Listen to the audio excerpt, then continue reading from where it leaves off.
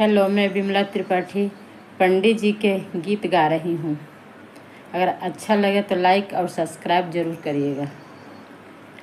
हे पाड़े बाबा खोली ना तनी पतारा, हे पाड़े बाबा खोली ना तनी पतरा, देखी ना तनी जतरा, खोली ना तनी पतरा, देखी ना तनी जतरा, हे पाड़े बाबा कहीं ना तनी कथावा, हे पाड़े बाबा।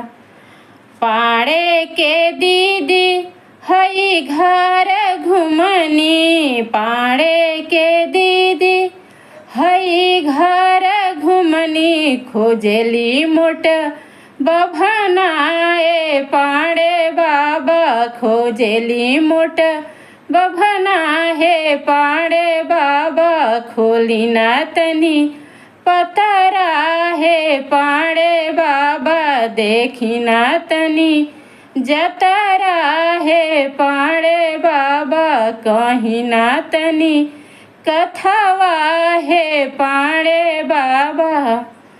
पाड़े के बीबी जे हई खिलाड़ी, पाड़े के बीबी जे हई खिलाड़ी, खोजली मोट बेलाना, हे पाड़े बाबा खोजली मोट बेलाना, हे पाड़े बाबा देखी ना तनी पतरा, हे पाड़े बाबा खोली ना तनी पतरा, हे पाड़े बाबा।